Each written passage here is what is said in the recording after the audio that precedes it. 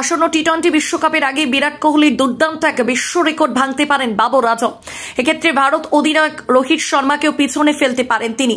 রোহিত ও কোহলিকে টপকে 1 নম্বর পৌঁছাতে পাক তারকার দরকার মোটে 215 রান। আসলে টি-20 বিশ্বকাপের আগেই দুই ভারতীয় তারকাকে পিছনে ফেলে বিশ্বের সর্বোচ্চ আন্তর্জাতিক টি-20 রান সংগ্রহকারীতে পরিণত হতে পারেন বাবর আজম। এই মুহূর্তে আন্তর্জাতিক টি-20 ক্রিকেটের সবথেকে বেশি রানের মালিক হলেন বিরাট কোহলি। দ্বিতীয় স্থানে রয়েছেন রোহিত শর্মা।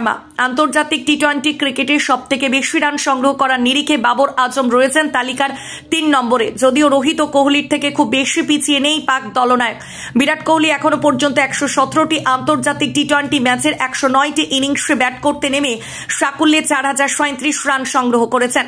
তিনি সেঞ্চুরি করেছেন 1টি ও হাফ সেঞ্চুরি করেছেন 37টি। ব্যাটিং গড়ে 51.75, স্ট্রাইক রেট 138.15, সর্বোচ্চ ব্যক্তিগত ইনিংস অপরাজিত 122 রানে।